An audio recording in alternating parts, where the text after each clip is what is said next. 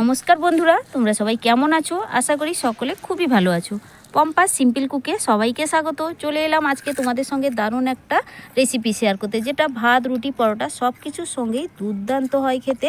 আর বানাতে কোনো রকম ঝামেলা নেই, হাতের কাছে থাকা মাত্র কয়েকটা উপকরণ দিয়ে খুব কম সময়ের মধ্যে বানিয়ে নেওয়া হয়ে যায়। তো রেসিপিটা সম্পূর্ণ দেখার পর ভালো লাগলে একটা লাইক করে দেবে। তাহলে কথা না বাড়িয়ে রেসিপিটা শুরু করছি। সবার প্রথমে দেখো বন্ধুরা, আজকে রেসিপির জন্য আমি এখানে নিয়ে নিচ্ছি দুটো বেগুন, আর এখানে নিয়েছি 3টে ডিম। আর এখন শীতের সময় বাজারে কিন্তু খুব ভালো ফ্রেশ একদম টাটকা বেগুন পাওয়া যায়, আর এগুলো কিন্তু ভীষণই নরম হয় আর মিষ্টিও হয় বেগুনগুলো খেতে। আর এই রেসিপির জন্য 3টে ডিমের ব্যবহার করব। আর রান্নার জন্য আরও বিশেষ কয়েকটা উপকরণ লাগবে, সেটা কিন্তু আমি রান্নার সময় দেখাবো। এখন প্রথমে বেগুনটাকে আমি ধুয়ে নিয়েছি, এবার ভালো করে কেটে নেব। এরপরেই দেখো বন্ধুরা, বেগুন দুটোকে আমি কেটে নেব। প্রথমে মাথার অংশটা কেটে এইভাবে বাদ দিয়ে এটাকে আমি প্রথমেই মাঝখান বরাবর কেটে নিচ্ছি। আমি এটা ছুরির সাহায্যে করে নিচ্ছি, তোমরা কিন্তু বটির সাহায্যেও বেগুনটা কেটে নিতে পারো। খুব সুন্দর একদম কিন্তু নরম বেগুন, ভেতরের দানাটাও কিন্তু খুবই নরম। আর বেগুনটাকে ঠিক এইভাবে করে কেটে নেব। মাঝখানে দুফালা করে নেওয়ার পর এখানে কিন্তু আমি 3 টুকরো করে নিচ্ছি। এইভাবে লম্বালম্বি করে আমি 3 টুকরো করে নিলাম, তারপরে এইভাবে ছোট ছোট করে কেটে নিচ্ছি। এইভাবে একটু কচি বেগুন বা নরম বেগুন দেখে নিবে, তাহলে রেসিপিটা কিন্তু খেতে ভীষণ ভালো হয়। তো বন্ধুরা দেখো, বেগুনটা কাটার সময় মাঝখানে একটা বেগুন কিন্তু একটু অংশ পোকা পড়ে গেছিলো, এটা কিন্তু আমি বাদ দিয়ে দিচ্ছি। তো একইভাবে বাকি বেগুনটাও কেটে নেব। সব বেগুনটা কাটা হয়ে যেতে একটা মিক্সিং বোলের মধ্যে আমি তুলে নিচ্ছি, দিয়ে খুব ভালো করে এটাকে কিন্তু আমি ধুয়ে নেব। বেগুন ভালো করে ধুয়ে জল ঝরিয়ে নিয়েছি, তারপরে কিন্তু এর মধ্যে দিয়ে দিচ্ছি স্বাদ মতো লবণ, আর দিয়ে দেবো এখানে সামান্য একটু হলুদের গুঁড়ো। লবণটা বেগুনের মধ্যে মিশিয়ে রাখলে, মানে মাখিয়ে রাখলে খুব সুন্দর করে বেগুনের মধ্যে লবণটা প্রবেশ করবে, তার জন্য কিন্তু রেসিপিটা খুবই ভালো লাগে খেতে। আর বন্ধুরা, বেগুনটা ভাজার সময় কিন্তু খুব তাড়াতাড়ি একদম গলে যাবে না এইভাবে লবণ মাখিয়ে রাখলে। তো দেখো, খুব ভালো করে কিন্তু এখন মেশানো হয়ে গেছে লবণ হলুদ। এবার এটাকে আমি এক সাইডে সরিয়ে রাখছি। এরপর একটা বাটির মধ্যে 3টে ডিম আমি কিন্তু ফাটিয়ে নিয়ে নিব। এবার ডিমের মধ্যে দিয়ে দিচ্ছি স্বাদ মতো লবণ, সামান্য একটু 1 চিমটির মতো হলুদের গুঁড়ো, আর দিয়ে দিচ্ছি এখানে অল্প পরিমাণ গোলমরিচের গুঁড়ো, একদম অল্প পরিমাণ দিলাম। দিয়ে খুব ভালো করে আমি কিন্তু মিশিয়ে নেব ডিমের সঙ্গে। আমি এখানে 3টে ডিমের ব্যবহার করেছি দুটো বেগুনের জন্য। তোমরা কিন্তু ডিমের পরিমাণটা চাইলে কমিয়ে নিতে পারো, দুটো ডিমও এখানে কিন্তু ব্যবহার করা যাবে। এখানে হলুদের গুঁড়ো দেওয়ার কারণে ডিমের সুন্দর একটা কালার হবে, আর গোলমরিচ দেওয়ার কারণে ডিমের যে একটা আঁশটে গন্ধ থাকে সেটাও কিন্তু আর থাকবে না। আজকের যে রেসিপিটা তোমাদের সঙ্গে শেয়ার করছি বন্ধুরা, এটা কিন্তু রুটি, পরোটা, ভাত সব কিছুর সঙ্গেই দুর্দান্ত লাগে। রেসিপিটা সম্পূর্ণ দেখার পর অবশ্যই বাড়িতে বানিয়ে খেয়ে দেখবে। তারপর কিন্তু আমাকে কমেন্ট করে জানাতে ভুলবে না যে রেসিপিটা তোমাদের ঠিক কেমন লাগলো। তো ডিমের মিশ্রণ একদম রেডি হয়ে গেছে। এবার এই ডিমের মিশ্রণ আমি এক সাইডে সরিয়ে রাখছি। এবার রান্না করার জন্য গ্যাসে বসিয়ে দিয়েছি একটা কড়াই। কড়াইটা এখন গরম হয়ে গেছে, দিয়ে দিচ্ছি সর্ষের তেল, এখানে প্রায় 3 চামচ মতো। তেলটা একটু ছড়িয়ে দিলাম কড়াইয়ের গায়ে। তারপরে দেখো বন্ধুরা, আমি এখানে দিয়ে দিচ্ছি আগে থেকে যে লবণ হলুদ মাখিয়ে বেগুনটাকে ম্যারিনেট করে রেখেছিলাম। এবার এই বেগুনগুলো কিন্তু কড়াইয়ের মধ্যে দিয়ে দিচ্ছি।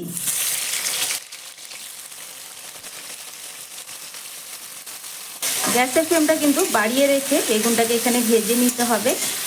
আর এই বেগুন ভাজার প্রথম অবস্থায় কিন্তু খুব বেশি তেল দিলে হবে না। প্রত্যেকেই জানে বেগুন কিন্তু খুব বেশি তেল টেনে নেয়, তো তার জন্য প্রথমে কিন্তু খুব বেশি তেল দিইনি। দেখো বন্ধুরা, ভালো করে একটু নাড়াচাড়া করে দিয়েছি।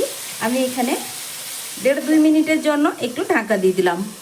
ঢাকনাটা সরিয়ে নিয়ে আবারও ভালো করে একটু নাড়াচাড়া করে দেব। আর এখানে আমি কিন্তু ঢাকা দিব না, এই একবার ঢাকা দিলে কিন্তু বেগুনটা খুব ভালোভাবে সেদ্ধ হয়ে যাবে। আর যেহেতু লবণ মাখিয়ে রেখেছিলাম, দেখো বন্ধুরা, বেগুন কিন্তু একদম গলে যাবে না, এইভাবেই গোটা গোটা থাকবে আর সেদ্ধও হয়ে যাবে ভালো করে। আর এই রান্নাটা পুরোপুরি কিন্তু আমি সর্ষের তেলে করছি। সর্ষের তেলেই বন্ধুরা রান্না করবে, তাহলে এর টেস্ট কিন্তু খুব ভালো আসবে। আর বন্ধুদেরকে একটা ছোট্ট টিপস দিয়ে রাখি, যদি বেগুন লবণ মাখিয়ে কিছুক্ষণ রেখে দেওয়া হয়, খুব বেশি কিন্তু এটা তেল টানে না। একটু নাড়াচাড়া করে বেগুনটা কালার চেঞ্জ করে লাল লাল করে একটু ভেজে নেব। এখন দেখো বন্ধুরা, বেগুনটা ভাজা হয়ে গেছে, কালারটাও চেঞ্জ হয়ে গেছে। এবার আমি বেগুনটাকে তুলে নিচ্ছি, আর এইভাবে একটু সরিয়ে সরিয়ে তেল ঝরিয়ে তুলে নেব। দেখে নিশ্চয়ই বুঝতেই পারছো বন্ধুরা, এতে কিন্তু অনেকটা পরিমাণ তেল আছে। আর দেখো বন্ধুরা, এখানে যদি লবণ মাখানো না থাকতো পুরোপুরি তেলটা কিন্তু টেনে নিত। আমি কিন্তু বেগুনটা সরিয়ে নিচ্ছি, মানে তুলে নিচ্ছি। এক্সট্রা তেলের মধ্যে আমি কিন্তু এখানে ডিমটা যে ফেটিয়ে রেখেছিলাম এটা এবার ভেজে নেব। আর কিন্তু এখানে তেলের ব্যবহার করছি না, তো ওই তেলের মধ্যেই দিয়ে দিচ্ছি আগে থেকে ফেটিয়ে রাখা ডিম। আর ডিমটা ভাজার সময় গ্যাসের ফ্লেমটা বন্ধুরা মিডিয়ামে রেখে ডিমটাকে ভাজতে হবে। তো দেখো বন্ধুরা, এইভাবে সরিয়ে সরিয়ে যেই দিকে ডিমের লিকুইড অংশটা আছে সেটা নিচের দিকে নিয়ে নিচ্ছি, আর যেটা জমে গেছে সেটা কিন্তু ওপরের দিকে সরিয়ে নিচ্ছি। একদম সহজ একটা রেসিপি শেয়ার করছি, যেটা ভাত, রুটি, পরোটা সব কিছুর সঙ্গেই কিন্তু অসাধারণ লাগে। এই একটা পদ দিয়েই কিন্তু বন্ধুরা তোমরা ভাত কিংবা রুটি খেয়ে নিতে পারবে। তো দেখো ডিমটা কিন্তু এখানে পুরোপুরি জমাট হয়ে গেছে। আমি এবার এটাকে হালকা করে একটু ভেঙে দেব। একদম কিন্তু ছোট ছোট করে ভুজিয়া করব না। এখন ডিমটাও সুন্দর ভাজা হয়ে গেছে, আমি এবার এটাকেও তুলে নিচ্ছি। তো দেখো ডিমের ভাজা তুলে নেওয়ার পর আবারও দিয়ে দিচ্ছি কড়াইয়ের মধ্যে সর্ষের তেল 2 চামচ। এবার তোমাদের দেখাচ্ছি মশলা হিসেবে আমি কি কি নিয়েছি। দেখো বন্ধুরা, এখানে নিয়েছি 3টে মিডিয়াম সাইজের কুচনো পেঁয়াজ আর একটা বড় সাইজের এখানে টমেটো নিয়েছি। টমেটো একটু বেশি পরিমাণে লাগবে, যদি মিডিয়াম সাইজের টমেটো হয় তাহলে তোমরা কিন্তু 2টো টমেটো ব্যবহার করবে। আর দেখো টমেটো কিন্তু পুরোপুরি পাকা না, এটা কিন্তু একটু কাঁচা পাকা। এইভাবে যদি একটু টমেটো কাঁচা পাকা নেওয়া হয় তাহলে কিন্তু রেসিপির টেস্ট অনেকটাই বেড়ে যায়। তবে তোমরা পাকা টমেটো ব্যবহার করতেই পারো হাতের কাছে এইভাবে টমেটো না পেলে। আর নিয়েছি এখানে ঝালের জন্য 3টে চেরা কাঁচা লঙ্কা, নিয়েছি এখানে 4 কোয়া রসুন, রসুনটাকে একদম ছোট ছোট করে কুচিয়ে নিয়েছি। আর এখানে 1/2 ইঞ্চি আদা আমি এখানে গ্রেট করে নিয়েছি।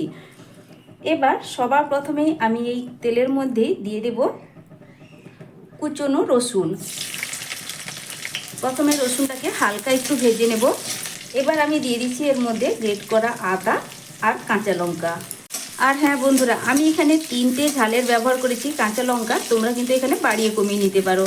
আর এই যে লঙ্কাগুলো খুব বেশি কিন্তু ঝাল না, তার কারণে আমি 3টে ব্যবহার করেছি। তো আদা রসুনটা ভাজা হয়ে গেছে, কাঁচা গন্ধটা চলে গেছে। এবার এখানে আমি ব্যবহার করছি কুচনো পেঁয়াজ। এবার পেঁয়াজটাকেও আমি মশলার সঙ্গে একটু ভেজে নেব।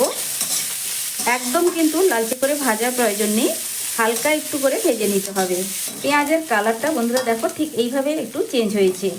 এবার আমি এখানে দিয়ে দিচ্ছি কেটে রাখা টমেটো, আর সঙ্গে দিয়ে দিচ্ছি স্বাদ মতো লবণ।